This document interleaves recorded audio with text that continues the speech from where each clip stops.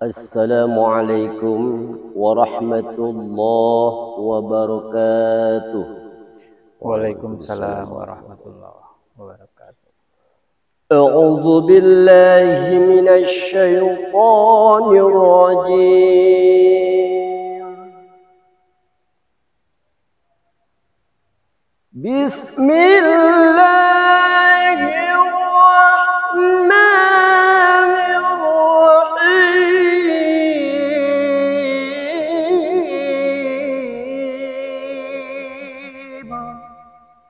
يا أيها الذين آمنوا إذا قيل لكم تفسحوا بالمجالس فافسحوا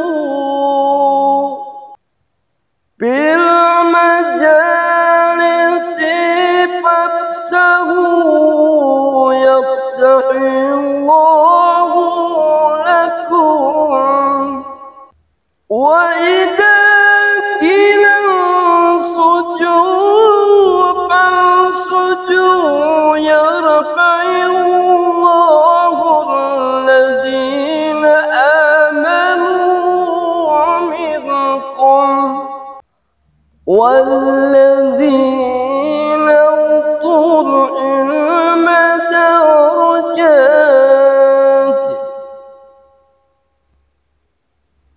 والله بما تعملون خبير. صدق الله العظيم. اللهم ارحمنا بالقرآن. صلاة الله سلام الله على طه رسول الله. صلاة الله سلام الله على ياسين حبيب الله. توسلنا بسم الله وبالهدي رسول الله وكل مجاهد لله لأهل البدر يا الله. اللهم صل وسلم وبارك عليه. صلوا على النبي. Assalamualaikum. Waalaikumsalam. Alhamdulillah. Hadirin yang dimuliakan Allah Subhanahu wa taala. Kami akan diskusi mengenai tentang ilmu. Mugia yang diskusikan tentang ilmu ini bermanfaat bagi kita semua ya. Kita akan berdiskusikan dengan Pak Ustadz. Silakan. Alhamdulillahirabbil alamin. Wa bihi nasta'inu ala umuri dunya waddin. Wassalatu wassalamu ala asyrafil anbiya'i wal mursalin sayyidina wa maulana Muhammadin wa ala alihi wa sahbihi ajmain. Amma ba'du. Alhamdulillah pada kesempatan ini kita bisa bertemu kembali dalam keadaan baik, sehat walafiat. Tentunya itu berkat karunia Allah. Semoga kita dari hari ke hari makin tambah syukur kita kepada Allah Subhanahu wa taala. Insyaallah. Tentunya kepada kita semua, semoga Allah senantiasa memberikan rahmat dan hidayahnya kepada kita semua. Amin ya Allah. Baiklah, pada kesempatan ini kita akan berdiskusi tentang ilmu. Seperti biasa, sebagai pengantar saya akan menyampaikan beberapa hal mengenai yang berkaitan dengan ilmu secara umum. Ilmu dalam bahasa itu alim, mengetahui, memahami, mengerti. Itu secara bahasa. Adapun secara istilah itu bisa diartikan memahami, mengetahui, atau mengerti tentang sesuatu. Surat Al-Mujadalah tadi yang dibacakan oleh Pak Ustadz Didin, di pertengahan ayatnya bahwa Allah mengangkat orang beriman dan orang yang berilmu beberapa derajat. Artinya di sana ada perbedaan antara orang yang beriman dengan orang yang tidak beriman. Jelas di sana ada perbedaan dari sisi derajat. Nah, kemudian dari orang yang berilmu dan yang tidak berilmu pun sama, itu ada perbedaan. Bahkan ini langsung dari Al-Quran. Orang yang berilmu diberi perbedaan, artinya lebih tinggi derajatnya. Orang yang tidak berilmu itu di bawah orang yang berilmu. Nah, makanya di masyarakat sudah sepantasnya kita bisa membedakan pula mana orang yang memiliki kecenderungan ilmu yang banyak, pemahaman yang banyak, dengan yang tidak. Karena Allah pun demikian. Nah, sehingga muncul satu aktivitas di mana ada belajar, ada mengajar. Makanya muncul ada murid, ada guru. Nah, di dalam kitab Ta'limu Ta'lim ada dijelaskan bagaimana adab seorang murid, bagaimana adab seorang guru. Nah, itu sebuah aktivitas yang muncul tadi. Muncul dari adanya kebutuhan akan ilmu. Nah, tentunya ketika kita melihat dari hadis Rasulullah, talabul ilmi fardhatun ala kulli muslimin wal muslimat. Ternyata menuntut ilmu itu wajib hukumnya. Ilmu itu sendiri ketika digunakan untuk sesuatu yang bermanfaat, maka manfaatnya pun akan kita bawa sampai ke akhirat. Termasuk satu dari 3 amal yang tidak terputus. Amal jariah, ilmu yang bermanfaat, dan anak yang soleh yang mendoakan orang tua, itu terbawa. Nah, di sini kita bisa melihat apa asbabun nuzul dari surat Al-Mujadilah tadi. Nah, ternyata itu pada saat-saat waktu perang Badar. Ketika itu Rasulullah menyampaikan sesuatu di suatu tempat, dan tempat itu sempit, sehingga orang-orang itu berdesakan, ada yang berdiri, ada yang duduk. Nah, lalu Rasulullah meminta agar saling melapangkan, artinya yang duduk bergeser, dirapatkan, sehingga yang berdiri bisa duduk. Nah, itu mengandung makna saling melapangkan. Nah, bisa jadi itu makna secara lebih dalamnya saling melapangkan dalam memperoleh ilmu. Artinya orang yang memiliki ilmu jangan pelit-pelit untuk mengajar. Lapangkan orang yang belum tahu. Nah, makna-makna itu bisa kita aplikasikan di masyarakat. Karena banyak sekarang terjadi bahwa untuk mendapatkan suatu ilmu pengetahuan itu sulit. Betul. Apalagi ilmu yang sifatnya bisa dijadikan komersial, luar biasa mahalnya. Nah, tapi di sini kita bisa saling melapangkan dalam urusan agama itu.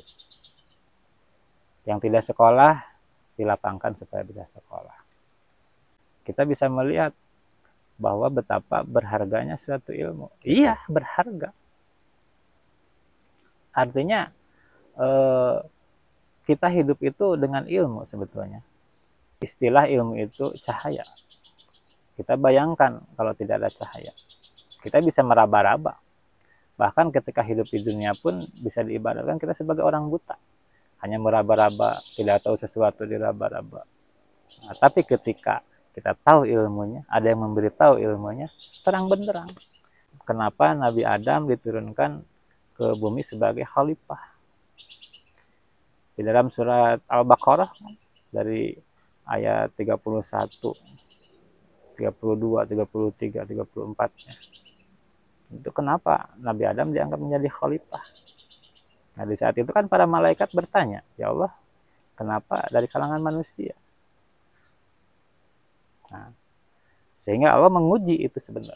Menguji, memerintahkan kepada Nabi Adam untuk menyebutkan nama-nama benda yang telah diajarkan Allah. Lalu Allah menguji juga para malaikat. Lalu sebutkan apa yang telah diketahui oleh Adam. Lalu malaikat berkata, "Qalu subhanaka la ilma lana illa ma 'allamtana." Ya Allah, aku tidak mempunyai pengetahuan lebih selain yang kau ajarkan. Nah, maka dari itu Adam lebih unggul. Oleh karena itu,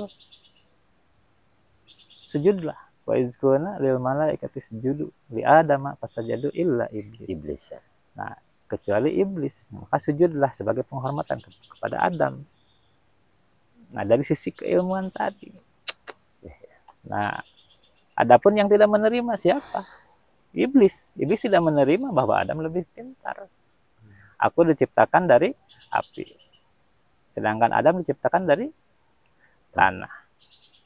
Aku lebih mulia. Makanya aku tidak mau mengikuti perintahmu untuk menghormati Adam. Akhirnya sampai sekarang, syaitan itu disebutnya sombong. Sombong merasa diri paling mulia, paling pintar. Padahal ketika diuji, Adam yang lebih unggul. Ya. Jadi artinya kita pun bisa belajar dari sana bahwa ilmu itu harus dicari. Ilmu itu harus dipelajari. Termasuk ketika kita ingin ibadah kita berkualitas, maka ada ilmunya. Betul. Ketika hidup kita ingin lapang, ada ilmunya. Allah sudah menggariskan bahwa ilmu itu bisa jadi sebagai suatu perangkat kita untuk menuju ridho Allah.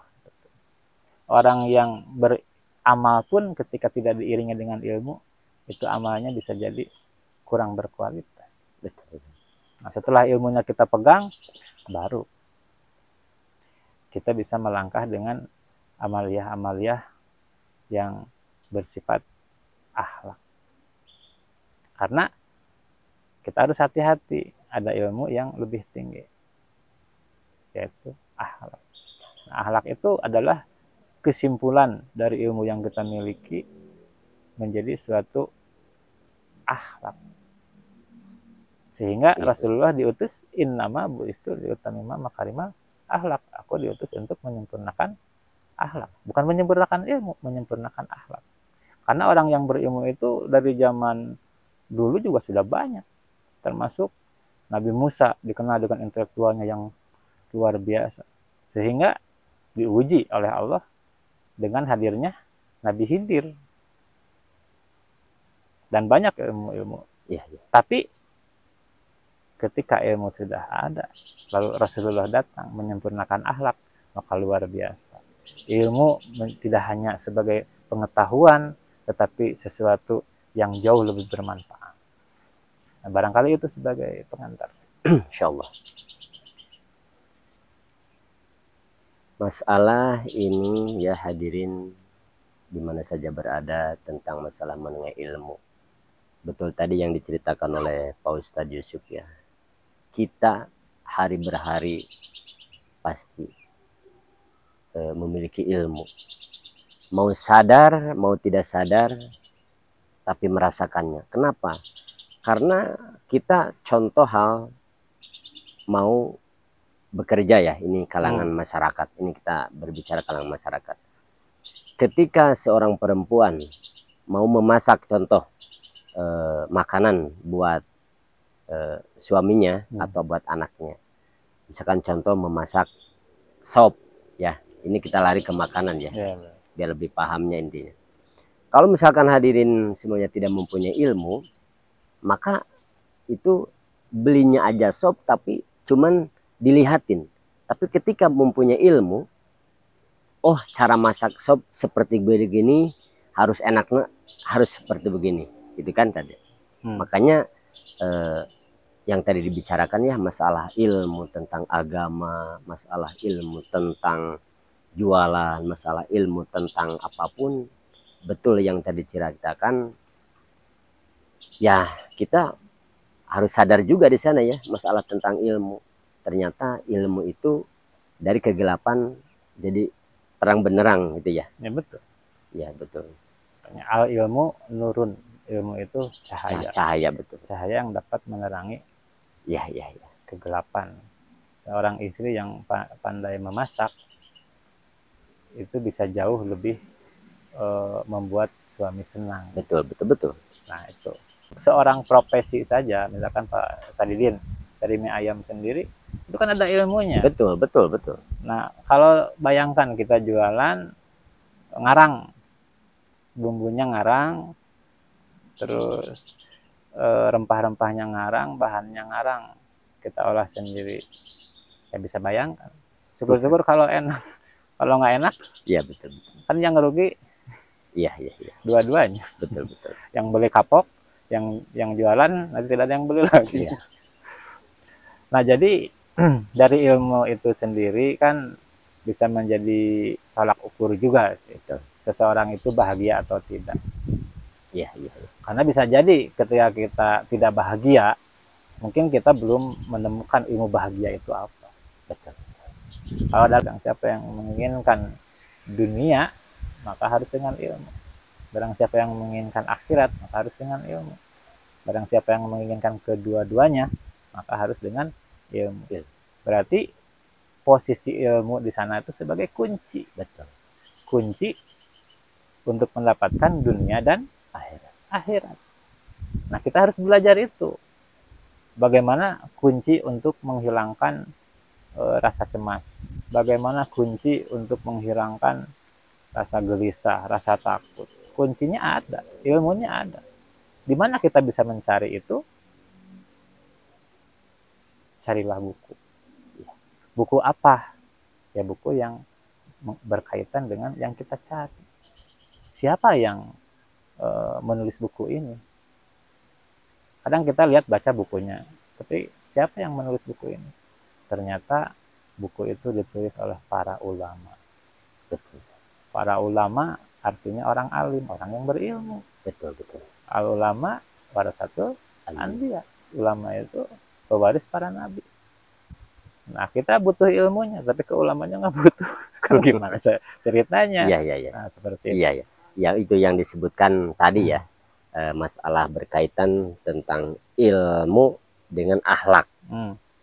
Ya kadang-kadang ini di kalangan-kalangan masyarakat ya suka ada ya yang membisikkan tentang masalah tentang ilmu.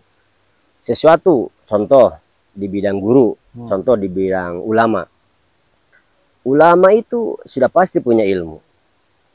Tapi terkadang yang dikhawatirkan oleh masyarakat itu yang tadi ya, akhlaknya tidak muncul, yang dikatakan tadi oleh Nabi itu, maka terlihat oleh orang-orang awam itu berbahasanya, kenapa ya udah pinter, udah ini, tapi kok nggak sopan. Misalkan contoh ini ya, bukannya kita menyinggung atau apa kan ini. Makanya tadi yang saya dengar itu masalah ketika ilmunya ada, akhlaknya pun sama begitu, maka indah. Berkaitan dengan itu, udah berilmu, udah akhlaknya bagus. Nah makanya yang ditakuti itu dia seseorang contoh mengejar ilmunya tapi akhlaknya tidak dipakai, itu kayaknya hambar juga ya tadi. Iya betul. Iya. Jadi konsepnya dari ilmu itu sendiri ya. Ketika kita memiliki ilmu, itu ada dua perilaku yang muncul. Iya, iya, iya. Satu bisa menjadi sombong, yang kedua bisa menjadi tawadu. Kalau Sayyidina Ali, ketika kita banyak mengetahui sesuatu, malah kita jadi makin bodoh, Iya, makin iya. terlihat bodoh. Artinya apa yang harus disombongkan? Karena makin tahu tentang sesuatu, kita makin merasa bodoh, makin merasa tidak tahu apa-apa. Tapi ada juga yang ketika kita memiliki ilmu, kita jadi sombong. Akhirnya apa? Merendahkan orang yang belum tahu, merendahkan orang yang dianggap bodoh lah menurut mereka itu. Nah, artinya muncul akhlak yang tidak bagus. Nah, itu Iya, iya. kaitannya nanti dengan aplikasi dari amal itu sendiri. Karena ilmu itu kan perangkat. Betul. Sebuah perangkat yang nanti akan disimpulkan oleh hati. Ilmu itu kan dari otak ya, dari otak nanti disimpulkan ke hati. Mau digunakan untuk apa ilmu ini? Betul, betul. Ketika hati berkata, ya udah, gunakan untuk menindas orang, untuk menipu orang. Nah, karena dilaporkan kepada hati yang kotor. Iya, iya. Tapi ketika ada ilmu masuk ke hati, hatinya yang bersih, maka yang keluarnya pun akan Bersih. Nah, itu yang membedakan antara akhlak ya. Iya, betul, Nah, betul. makanya dalam doa itu Allahumma abnina bil ilmi. Ya Allah, kayakanlah aku dengan ilmu. Iya. Wa zaina bil hilmi, dan hiasilah aku dengan sopan santun. Kan luar biasa itu. Iya, iya, indah, indah, indah. Jadi tidak hanya ilmunya yang didapat, tapi sopan santunnya ada. Makin banyak ilmu, makin sopan. Diamnya orang yang berilmu itu beda dengan diamnya orang bodoh. Orang yang berilmu itu akan lebih memilih diam ketika banyak hal yang begitu tidak bermanfaat. Ya diam saja. Apalagi ketika kita berhadapan dengan orang-orang yang saya tahu ya. Nah, mendingan diam aja. Iya, iya, iya, betul. Fayaqul khairan alias. Nah, iya, makanya kita lari lagi kepada tentang akhlak ya. Ketika seseorang mengejar akhlak tadi ya, akhlak dibenahi, itu udah pasti dia tuh. Ketika membenahi akhlak secara contoh sopan santun kepada orang tua jikalau anak ya, kalau kepada rekan, kepada ulama, udah jelas ilmu udah ada gitu kan. Dibanding tadi mungkin ya, ini mah kalangan-kalangan kita masyarakat aja. ya, Mengejar ilmu sampai contohnya ke negeri Cina pun ibaratnya, tapi akhlak tidak dibenahi itu, yaitu yang disebutkan yang tadi ya, terulangi, terasa hambar. ya. Tapi dengan dua-duanya yang dikejar, akhlak kejar, udah tentu ilmu ada. Jadi yang disebutkan tadi, kenapa aku membicarakan tentang ini kalangan-kalangan masyarakat hal-hal seperti ini. Contoh yang tadi, ketika ada gurunya, Ya, betul, kita lari misalkan contoh kepada anak-anak sekolah SD, SMP atau SMA atau bisa jadi kuliah, kan ada yang tadi sebutkan guru. Tidak akan mungkin murid bisa berhitung kalau tanpa guru. Ya, makanya yang disebut di sini dengan akhlak, murid kepada gurunya harus gimana cara sopan santunnya, dan murid kepada dan anak kepada ibunya dan bapaknya cara sopan santunnya harus gimana. Jangan sampai yang tadi banyak ya ini kalangan-kalangan masyarakat. Mudah-mudahan ini yakin bermanfaat sekali masalah tentang ilmu ini.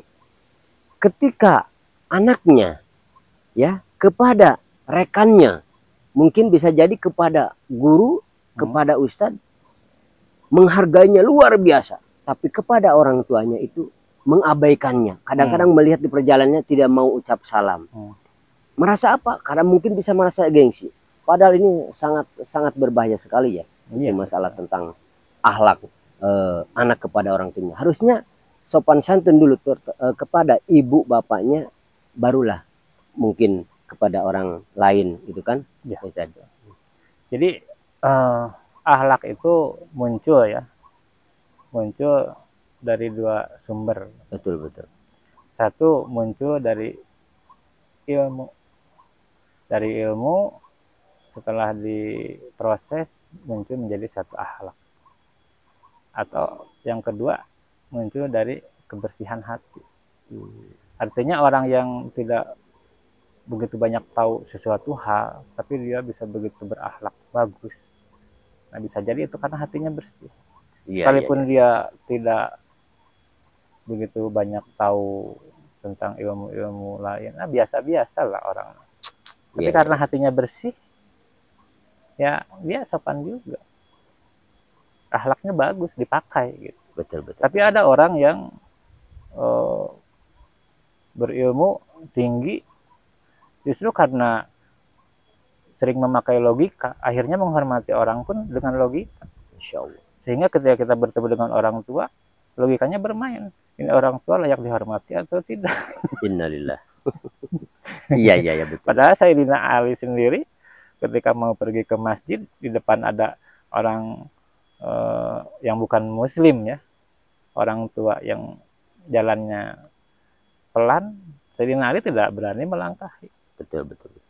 Tapi kita kadang ini malah logika terus dipakai, sampai ada pengemis datang pun masih logika, ini layak diberi atau tidak.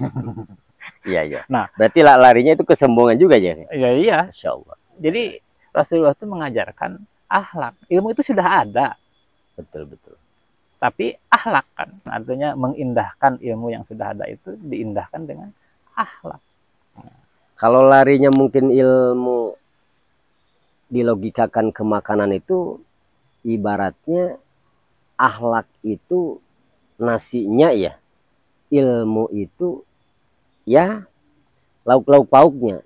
Jadi indah kalau dimakan itu, kayak seperti itu kayaknya kalau lari. Ya bisa jadi. Bisa jadi kalau contoh kayak itu. Jadi pantas gitu kan. Masa kita makan nasi aja, mana lauk pauknya? Misalkan contoh ini logika dengan sindiran-sindiran hal-hal yang pendek, kita ini masuk logika. Tapi ketika kita makan ada nasi, ada lauk pauknya gitu kan, itu terasa dimakannya itu merasakan indah, merasakan lembut di hati, Masya Allah. Terus bersyukurnya juga kepada Allah itu sangat wah indah sekali gitu kan. Nah ini jadi contoh mie ayam. Iya betul. Mie ayam itu yang pada dijual itu ilmu. Betul. Ilmu rasanya itu dari ilmu. Iya. Tapi dari kemasan, nah itu akhlaknya. Contoh, Pak Idin nggak pakai mangkok, tapi pakai daun. Jadi kalau ada yang datang, pakai daun aja. Terus kedua, jangan pakai sumpit atau garpu, tangan aja. Iya betul, berarti itu. Terus nggak ada tisu, lap cuci piring aja. Nah itu akhlaknya. Terus cara menjualnya, ketika ada yang beli, begitu beres hidangannya, lempar aja. Terus ada yang beli, kita tidak ramah, tidak baik. Nah itu adanya di akhlak. Tapi ketika mie ayamnya sudah tersedia nih ilmunya, akhlaknya mana nih? Dihidangkan dengan mangkuk, ada sumpit, barangkali ada yang kurang bumbu ini, bumbu tambahannya, silahkan. Betul. Ini ada pangsitnya. Ketika Anda tidak punya uang cash ya, ini ada QRIS, silahkan. Setelah mau pamitan pulang, ya kita saling salam-salaman. Kan itu akhlak sebetulnya. Iya, sangat itu beda mendalam. Ketika kita berjualan tidak pakai akhlak. Betul. Iya, makanya ini sangat penting sekali ya, masalah tentang ilmu berkaitan dengan akhlak. Itu ini tiap hari ya, mungkin tiap detik kita pakai. Mau kemana, ilmu pasti dengan akhlak dengan ilmunya, gitu kan. terhadap tadi yang tadi disebutkan ya, di dalam logika yang sudah dibicarakan tadi ya, masalah tentang mengenai cara menyapa kepada misalkan contoh istri kepada suaminya gimana gitu kan, kepada anak kepada ibu bapaknya, murid kepada gurunya gitu kan, itu berkaitan terus di kalangan sehari-hari itu kan. Betul. Ketika kita kalau misalkan yang tadi disebutkan ilmu terus dikejar ilmu tapi kesombongan muncul, itu pasti orang itu hambar. Sekolah aja tinggi, pesantren aja tinggi, kok akhlaknya mana? Anak siapa itu? Orang mana itu? Dia pinter ngajinya, dia pinter sekolahnya, tapi dia itu gak ada rasa sopan santunnya. Kan itu nilai dari orang juga, udah hal negatif itu ya saja. Ya, betul. Artinya di sana tergantung yang menilai juga biasanya. Iya, pengaruh. iya. Jadi ketika seseorang melakukan suatu dosa ya, itu kita lihat dulu dia orang yang berilmu atau tidak. Betul. Ketika orang yang berilmu berarti dia melanggar ilmunya. Berarti apa? Bertobat. Ya, ya. Nah, ketika orang yang tidak berilmu melakukan dosa, kan dianggapnya bukan biasa-biasa. Justru dia tuntutannya dua. Dia tidak, kenapa dia tidak belajar? Coba kalau belajar, kamu pasti tahu. Betul. Nah, akhirnya jadi tidak boleh menyalahkan. Misalkan contoh di kalangan masyarakat ya, kalau ada ustadz melakukan dosa, dihakiminya luar biasa. Betul, betul, betul. Tapi kalau kayak pejabat, kayak orang-orang biasa yang melakukan dosa, itu dianggapnya biasa-biasa. Padahal sama sebetulnya. Betul, betul. Namanya manusia kan, ustadz manusia bukan? Betul, ya. Ustadz juga makan nasi. Iya, iya. Ustadz juga butuh duit. Iya. Godaannya sama, kita juga sama betul. Nah, artinya di sana kita bisa berbuat adil. Nah, makanya muncul ilmu memaafkan itu seperti apa? Iya. Banyak orang yang paham ilmu sholat, paham ilmu mengaji, paham ilmu sedekah, tapi dia tidak paham ilmu memaafkan orang. Sehingga apa? Ketika ada orang yang salah, dia tidak tahu harus bagaimana memaafkannya. Ya.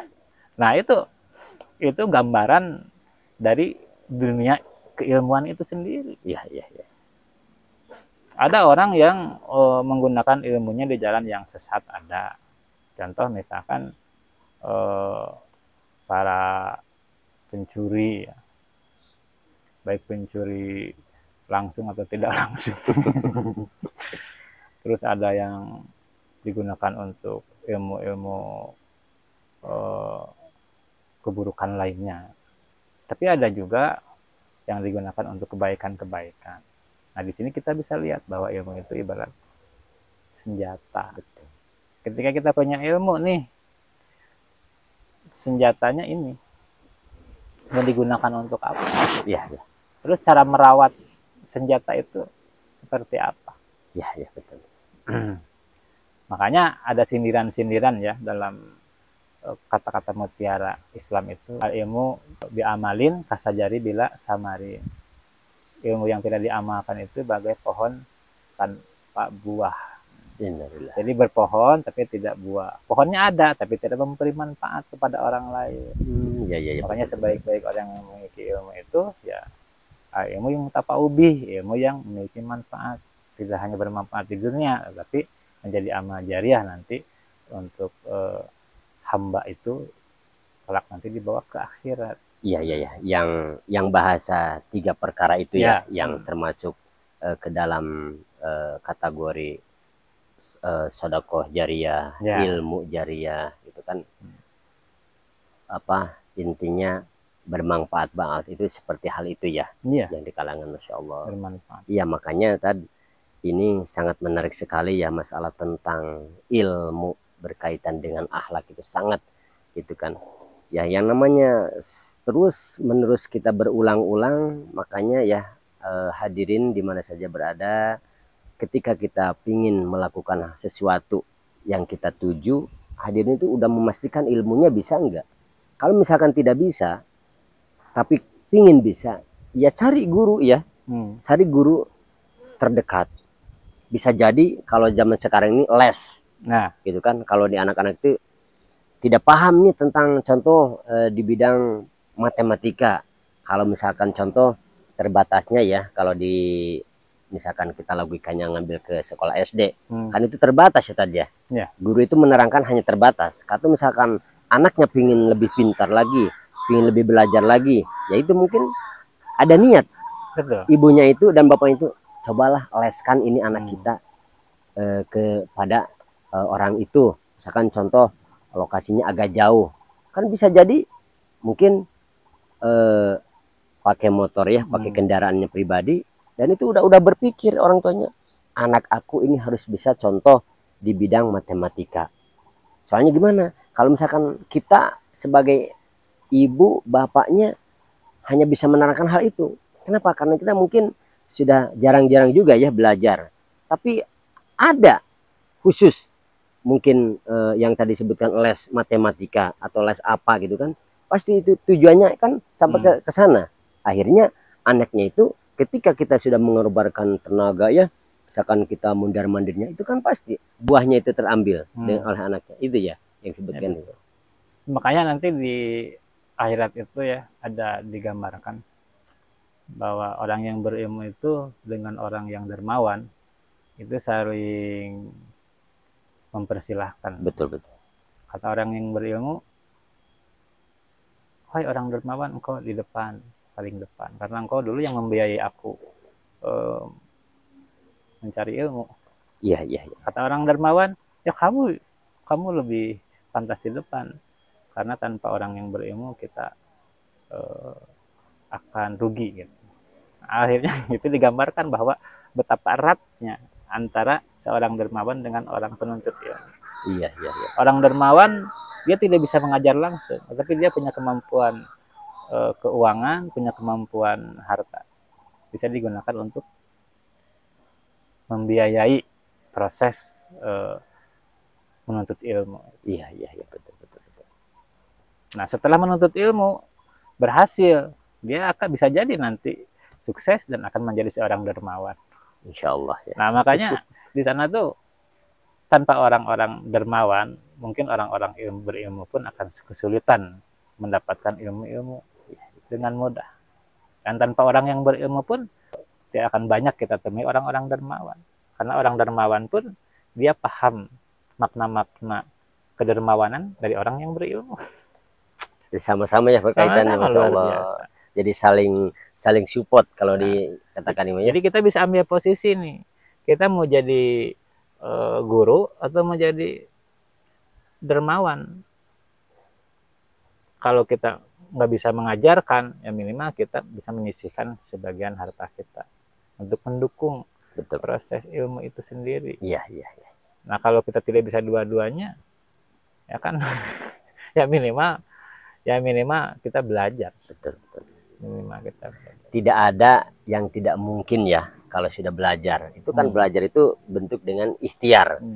Ikhtiar kita dengan misalkan mencari ilmu yang tadinya kita kegelapan. Jadi jangan hanya diam saja ya. Di rumah bisa kagak gitu kan istilahnya. Tidak mau nggak mau belajar ini, kan akhirnya itu ilmu itu nggak datang. Kalau ilmu itu yang sudah diterangkan tadi ya, carilah walaupun sampai ke negeri Cina kan gitu. Itu maksudnya itu kan ilmu ya yang harus kita ini. Oh, ketika kita yang tadi kalau merasakan kita contoh di kalangan muslim, kita kan harus berilmu. Ilmu yang tadi sebutkan, ilmu misalkan contoh kita mau sholat kan, ilmu wudunya juga harus tahu.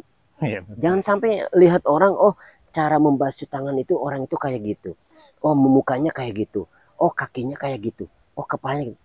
Itu kan gak bisa diterowong aja kan. Itu kan maksudnya logika dia. Tapi kalau ketika dia itu mau memahaminya, ya datang kepada contoh guru ngaji. Misalkan contoh kepada rekan yang terdekat, orang soleh, kan bisa menanyakan, bisa didiskusikan kan gitu secara ini. Jadi jangan sampai orang yang belum paham itu ketika ada orang yang paham dibilangnya jangan sampai sakit hati. Ya ini yang kadang-kadang bertentangan di kalangan masyarakat ketika ada yang membanahi, padahal ini untuk keselamatan dianya, tapi dia itu tidak menerima. Yaitu mungkin yang tadi disebutkan tadi, ilmunya itu masuknya ke dalam hati yang kotor. Akhirnya itu ketika ada orang yang menyuruh untuk kebaikannya, maka dijawabnya dengan hati kotornya itu, kamu merasa pinter, kamu meledek saya. Padahal itu bukan, kalau masuknya ke dalam hati yang nurani ya, yang berlapang, oh iya saya gimana tuh, kan bisa disuruh, hayu atuh aku pengen ajarin, boleh enggak, kan itu bisa jadi diskusikan.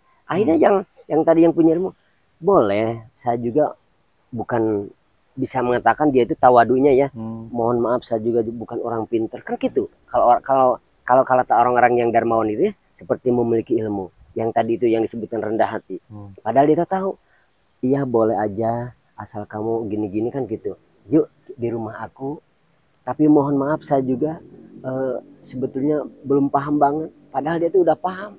Kenapa? Karena ada gurunya, akhirnya ilmunya itu disebarkan kepada. Nah, bisa jadi orang yang tadi ikut belajar, misalkan rekannya pada orang yang soleh, jadi paham, oh ternyata begini.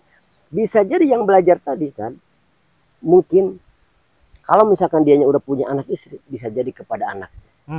Contoh aja aku sendiri, bukan ngomongin orang lain ya, ini bermanfaat sekali. Oh gini, aku memang, oh begini. Ketika ada ilmu yang benar-benar untuk menyelamatkan kita dunia dan akhiratnya, maka aku yang sebut kemarin waktu diskusi, dakwah kita kepada anak, kepada istri, mah atau adek, kamu bapak mau lihat tentang wudhu kamu. Kan aku gitu workingnya, gimana coba lihat begini kok, oh kayaknya salah deh, kamu harus gini, kata siapa ya, lihat teman pak, kan bisa jadi itu kan harus kita koreksi juga ya, jangan sampai kita yang disebutkan nanti sehari-harinya dunia aja, ujung-ujungnya kan mati. Sayang gitu kan kalau tidak memiliki ilmu. Tapi kita kalau udah mencerahkan kepada anak, lihat istri kita cara wudhunya, mah itu salah, ayo kita diskusikan, kan sangat indah. Bapaknya sudah memiliki ilmu, terus anak istrinya duduk, anggap aja kita gurunya, padahal kita kan udah memiliki dari rekan atau guru, disampaikan kepada anak, disampaikan kepada istri, akhirnya dilihatin, oke, yaudah, insya Allah itu yang bermanfaat. Kan bisa jadi itu pasti sampai akhir hayat begitu cara wudhu itu, dimanapun tidak akan berubah-ubah. Misalkan contoh dianya, contoh ini kalangan elit mau terbang ke Malaysia atau mau terbang ke Turki contoh, itu pasti wudhunya itu tetap gitu dari orang pertama, misalkan contoh dari orang tuanya, itu kan bermanfaat. Bisa jadi itu jariah ya itu ya. Iya, kita sebagai orang tua ya. Iya. Jadi anak itu ketika tahu bismillah, betul harusnya dari kita. Iya. Bukan dari orang lain. Sehingga ketika dia mengucapkan bismillah, ya itu yang disebut amal jariah. Iya. Dari adanya ilmu pengetahuan aja, kita sudah bisa mengambil manfaat banyak. Iya. Tanpa harus kita banyak berpikir sifat-sifat komersial. Iya. Sekarang kan banyak ilmu itu justru dijadikan satu komersil. Iya. Artinya ada nilainya. Iya. Ada nilainya, dan itu tidak semua orang bisa mendapatkan ilmu itu ketika persyaratan untuk mendapatkan ilmu itu sendiri tidak terpenuhi. Nah makanya kasihan kan anak-anak yatim, anak-anak fakir, betul. Yang harusnya dia memiliki pengetahuan yang sama, peluang yang sama, tapi karena keterbatasan ekonomi, akhirnya tidak bisa. Iya. Nah itu kita bisa berintrospeksi ya, terutama untuk kalangan yang bergerak di bidang pendidikan. Nah, itu harus dikoreksi lagi, niat kita itu apa sih sebetulnya? Betul. Komersil kah? Atau kita memang benar-benar ingin membantu? Iya. Jangan sampai nanti awalnya niat membantu, tapi ujung-ujungnya di pertengahan sampai ke ujung justru kita malah berbelok arah dengan adanya nilai komersil itu sendiri. Iya. Sehingga apa yang terjadi, kita tidak merasa bersalah dan kita merasa bahwa ini jihad. Dari dakwah sendiri kan, betul, dakwah. Iya. Kita berdakwah kan harus ada ilmunya juga. Betul. Kayak kultum aja, orang yang ilmunya terbatas, kultum itu yang harusnya 7 menit, dia 3 menit udah beres. Singkat padat ya? Ya itu contoh saja. Iya, betul. Tapi kalau orang yang berilmu, saya bahkan sering mendengarkan, ilmunya nih 1 jam juga masih kurang ya? Seharian nggak habis-habis. Iya. Nah itu contoh saja. Nah artinya kita bisa lebih menyadari lah ketika di sekeliling kita misalkan ada orang-orang yang paham tentang sesuatu, ya kita bisa lebih banyak berdiskusi. Iya, iya. Nah artinya nanti kan kita ketika kita dapat itu kan ilmu juga buat kita. Insya Allah, insya Allah. Nah, Iya, iya. Yang terasa sama aku juga masalah berkaitan tentang ilmu itu, jadi jangan hanya ilmu itu hanya bisa diucapkan.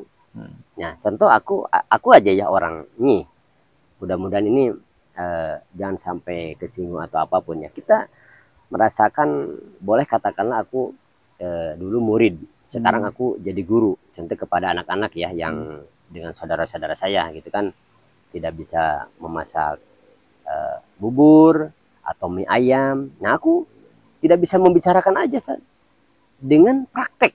Ya. Ilmu itu kalau misalkan hanya dibicarakan itu memang ketangkapnya tuh, oh gitu. Tapi dengan prakteknya, cara contoh aku ngajarin ke anak-anak bubur ayamnya. Ini cara berasa apa dibasuhnya hal seperti ini ukuran airnya segini. Ya, akhirnya munculnya buburnya hal seperti itu. Kalau misalkan ilmu dipelajari kepada misalkan mereka, aku tidak pakai prakteknya, dia cuman bisa iya tapi tidak masuk. Cuman bisa diwang-wang, kalau bahasa Sunda diwang-wang. Oh takarnya gini, gimana kalau gini. Tapi dengan prakteknya, ikut berjuangnya, ikhtiarnya ada, cara kamu begini, aku cuman ngomongnya coba itu ukurannya, itu muncul. Ya, betul. Satu hari itu memang munculnya itu memang tidak 100%. 2 hari, 3 sampai 3 hari. Munculnya itu udah dalam 1 minggu. Terasa sama aku ya kalau ngajarin di bidang mie ayam atau bubur ayam. Oh ini, kata aku gimana? Udah, kamu udah bagus. Akhirnya kan dia bisa ngajarin lagi. Nah itu masalah tentang ilmu ya. Dengan ikhtiarnya itu bermanfaatnya sekali. Ya, betul. Masalah dia mau merasakan kepada aku guru atau apa, merasakan sudah dipelajari aku, itu mah hak Allah semuanya. Aku hanya bisa seperti itu, jalannya hal seperti itu. Mau dia mau dia mengakui telah dipelajari aku, atau mau apa, atau mau dia misalkan kembalinya mau kepada aku, misalkan contoh menjadi sahabat atau saudara, mau dibuang itu nggak apa-apa. Yang penting aku sudah mengamalkannya. Aku berharap ridho Allah aja, itu aja dari dulu juga. Iya betul. Yang penting kita sudah menjadi bagian dari perjalanan hidup kita. Insya Allah, insya Allah, insya Allah. Karena ketika ilmu itu dipakai misalkan untuk berjualan, anggap itu sebuah resep ya. Iya, iya. Kita memberi resep kepada orang sampai orang itu memakai, menggunakan, dan mereka terus hidup dari lewat syariat resep itu sampai bisa menafkahi anak istrinya. Iya. Sebetulnya udah bagus. Jadi insya Allah, insya Allah. Dan kita mengharapkan balasan bukan dari orang tersebut. Betul. Nah, kita mengharapkan kan seperti di kajian ikhlas. Betul. Ya, kita mengharapkan itu kan hanya kepada Allah, bukan kepada makhluk. Iya. Makanya aku juga suka berhati-hati ya tadinya.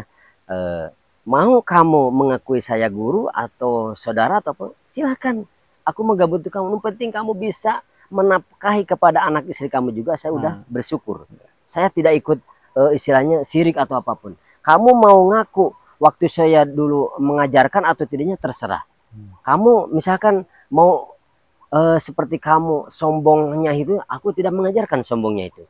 Dan aku juga ya, walaupun mengajarkan tadi ini bukannya singgung atau menyinggung atau gimana ya, bukannya aku pingin dipuji-puji atau gimana.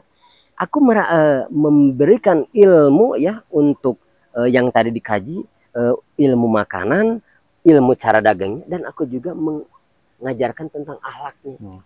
Aku tidak sekadar mengajarkan ilmunya aja. Takut yang tadi dibicarakan, ilmu aku kasih, tapi akhlaknya itu aku enggak ngasih. Takut, tapi bukannya menyampaikan kepada seseorang ya, yang aku pernah ajarkan. Aku yakin insya Allah ngajarkan masalah tentang di bidang agamanya gitu kan. Kamu ini kalau lagi dagang mendengar suara azan, kamu udah lepas dulu. Kamu sholat dulu. Tapi kan aku itu mengajak. Kalau yang menyuruh itu kan Allah. Itu kalau kita mengajak mau tidak mau ya udah, itu hak Allah. Itu kan itu mah kewajiban. Kalau kita kan misalkan contoh aku memaksa, kamu hari ini, kan kita bukan Allah. Hanya Allah yang menyuruh kepada umatnya gitu kan. Nah, kita itu hanya dijadikan untuk mengajaknya. Gitu kan. Itu yang namanya kebaikannya, hal seperti itu. Aku logowo ketika aku sudah memberikan ilmu masak bubur, ilmu masak mie ayam, itu udah didengar enggaknya silahkan. Yang penting aku mengajarkannya tidak sesat. Aku Nah, takut. bagus. Aku takut contoh ya di bidang bubur ayam. Kamu ini harus pakai ini, contoh yang diharamkan oleh agama gitu kan. Terus kan itu dalam hati kita pasti kotor, gitu kan? Aku takut enggak. Kalau misalkan kita sudah mengejarkan hal seperti ini yang diketahui oleh kita ilmu, terus dia hanya menyeleweng, itu bukan bagian dari saya. Itu aku tidak mengajarkan.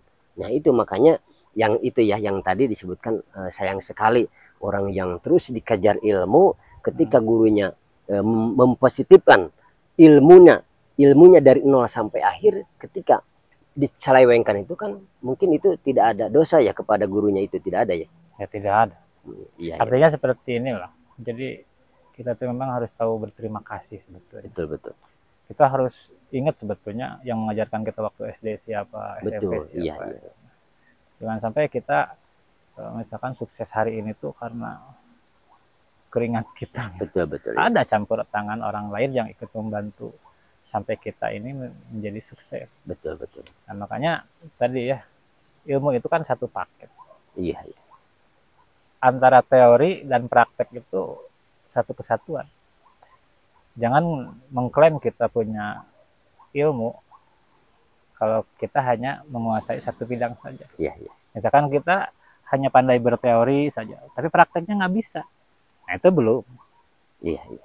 Jadi ilmu itu teori dan praktek. Betul, betul, betul. Kalau dalam organisasi itu kan ada orang yang ngomong terus, tapi tidak praktek. Iya, iya, iya. Tapi ada orang yang praktek terus, tapi tidak mikir, tidak pakai teori. Iya, iya. Ada. Jadi harus seimbang itu.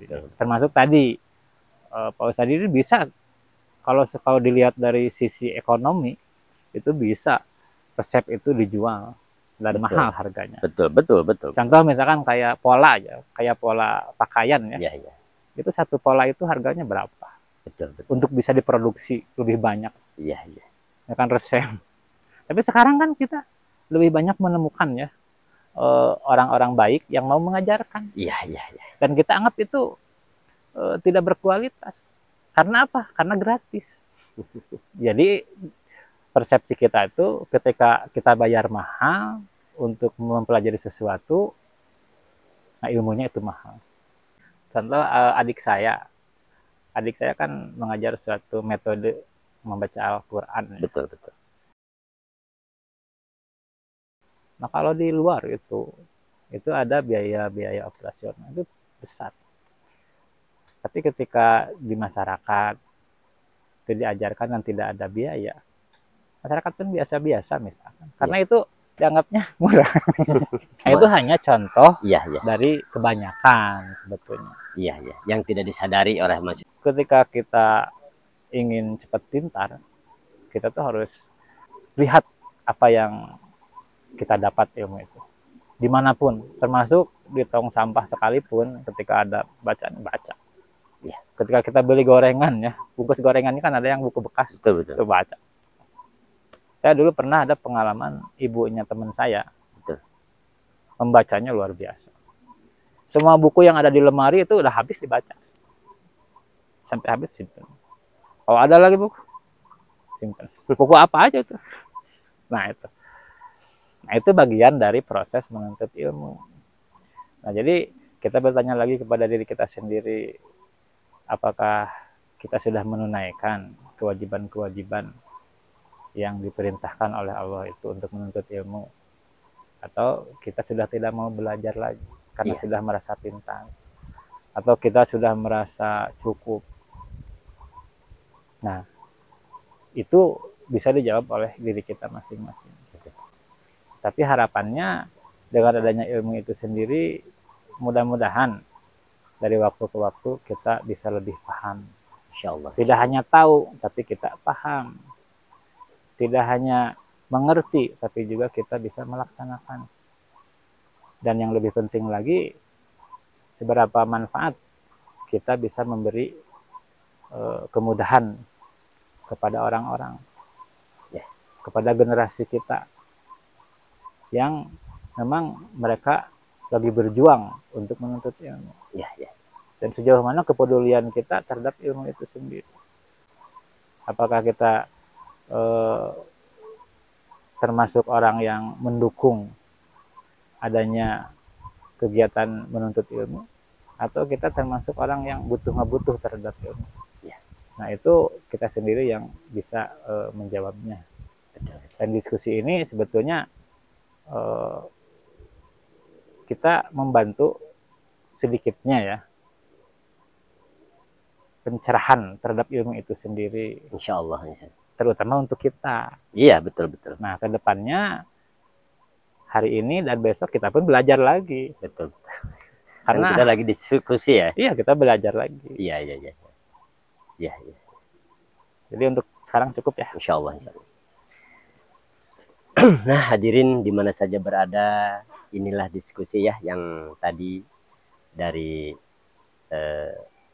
Pak Ustadz Yusuf, ilmu yang sudah diterangkan kepada kita semuanya, di mana saja yang mendengarkannya, Sabang sampai Merauke. Dan aku memohon ya kepada ibu bapak yang melihat kajian ini, adik-adik atau gimana, insya Allah bermanfaat. Dan jangan lupa ya di subscribe channelku ya. Insya Allah itu sedekah jariah ya. Insya Allah bermanfaat sekali.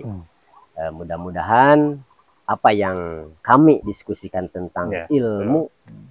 Nah, ini selentingan sedikit, hadirin di mana saja berada. Nah, gitu masalah tentang ilmu. Bukannya aku dan Pak Ustadz Yusuf sok pinter, sok tahu. Ini kan diskusi. Barangkali hadirin butuh diskusi, mungkin kepada rekan malu, kepada guru malu. Nah, ini ada di channel kami ini, insya Allah bermanfaat. Sama aja, tapi melewati handphone ini mah ya, gitu kan. Tapi kan ini ilmu yang tadi diterangi, yang tadi aku kaji, ini yang sehari-hari ya. Kita mau melaksanakan apapun yang positif, yang berhubungan dengan Allah Subhanahu Wa Taala, insya Allah tidak ada tersesatnya di sini ya. Masalah tentang ilmu. Ada ilmu kepada suami kalau istri, anak kepada ibu, kepada bapak, murid kepada guru. Nah, ini yang kami diskusikan ini, hal seperti ini. Itulah hadirin di mana saja berada, insya Allah kajian ini sangat bermanfaat sekali.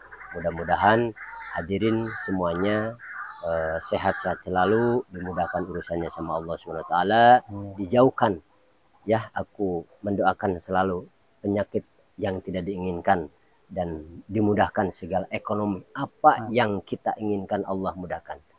Innallaha wa malaikatahu yushollu 'alan nabi ya ayyuhalladzina amanu shollu 'alaihi wa sallimu taslima. Allahumma sholli ala sayyidina wa habibina wa syafi'ina wa karimina wa maulana Muhammad wa sallim radhiyallahu ta'ala anhu wa sahabati Rasulullah sallallahu alaihi wasallam. Amin ya Allah alamin. Alhamdulillahi rabbil alamin, hamdan syakirin, hamdan na'imi, hamdan yaqini ma yukabi mazidah. Ya Rabbana wa lakal hamdu kama yanbaghi li jalali wajhikal karim wa 'azimi sultan. Allahumma sholli ala sayyidina Muhammad, Allahumma sholli ala sayyidina Muhammad, Allahumma sholli ala sayyidina Muhammad. Allahumma inna nas'aluka salamatan fid din wa bi'ayatan bil jasad wa ziyadatan bil ilmi wa barakatan fi rizqi wa tawbatan qabla al maut wa rahmatan indal maut. Allahumma hawwin 'alaina fi syakaratil maut, fi syakaratil maut, fi syakaratil maut min yajashati min wal afa indal hisab. Rabbi habli minas solihin, Rabbi habli minas solihin, Rabbi habli minas solihin. Allahumma asrah bil Qur'ani sudurana wa yassir bihi umurana wa 'adim bihi ujurana wa hasin bihi wa washid arzaqana wa nawwir bihi. La ilaha illa anta subhanaka inni kuntu minadh dhalimin. La ilaha illa anta subhanaka inni kuntu minadh dhalimin. La ilaha illa anta subhanaka inni kuntu minadh dhalimin. Rabbana atina fid dunya hasanah wa fil akhirati hasanah wa qina adzabannar. Subhana rabbika rabbil izzati amma yasifun wa salamun alal mursalin walhamdulillahi rabbil alamin. Al-Fatihah. Alhamdulillahi rabbil alamin ar-rahmanir rahim. Yaumiddin iyyaka na'budu wa iyyaka ihdinas siratal mustaqim. Sallallahu alaihi wa sallam.